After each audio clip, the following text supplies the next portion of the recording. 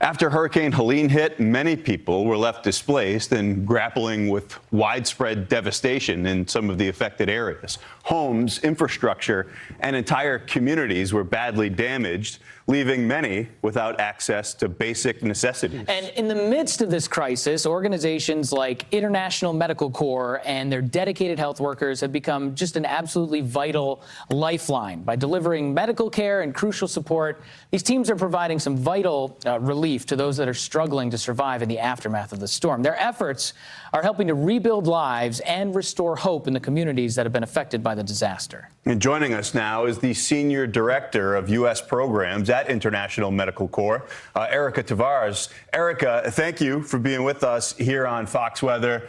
So many wrinkles to this disaster for so many with Helene and Milton. What has been the most urgent needs in the aftermath of this? And what's the story now moving forward, as we know many are still struggling?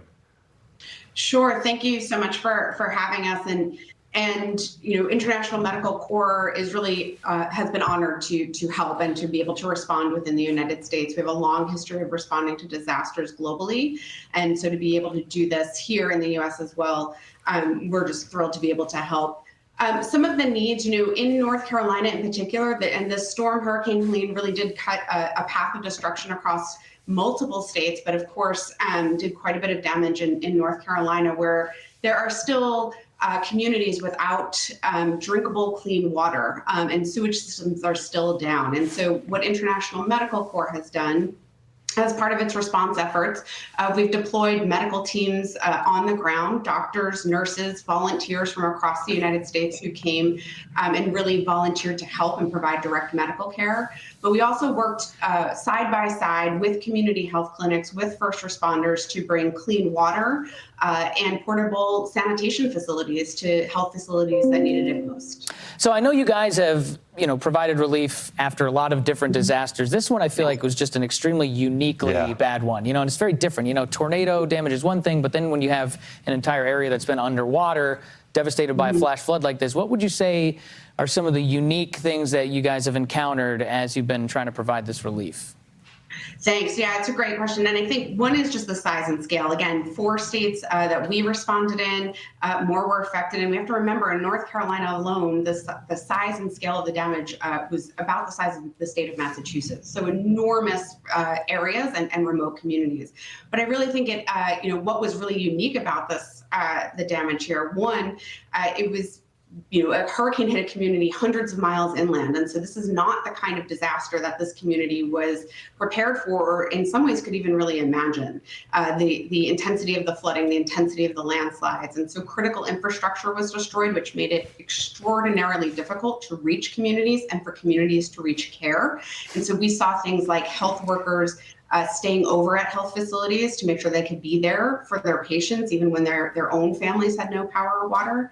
And I think it really is the extent of time that people have been without clean running water. There are still schools, there are still health facilities, there are still other communities that don't have clean water, which is hard to imagine a month after the storm. And some projections, have that going into 2025. That's exactly what I wanted to ask you, Erica. Some of the issues that aren't necessarily obvious, maybe some that manifest themselves in the weeks following a disaster like this, perhaps with the amount of dust that was kicked up. It got so dry, some of these areas that flooded, and now there's mold. Are there specific things that you're looking for at this point in the recovery? Sure. So we continue to work with our partners. Some of the things that they're concerned about: chronic disease management. When health facilities shut down or people can't access health care, or they have damage, or they have to see increased upper respiratory infections, but they may or may not have access to their regular medications for their chronic diseases like heart disease. So that's something that's a significant concern. The other significant issue is mental health. There are families that lost everything. There are families that lost family members, multiple homes, of those family members across communities. And so the impact of the recovery is significant.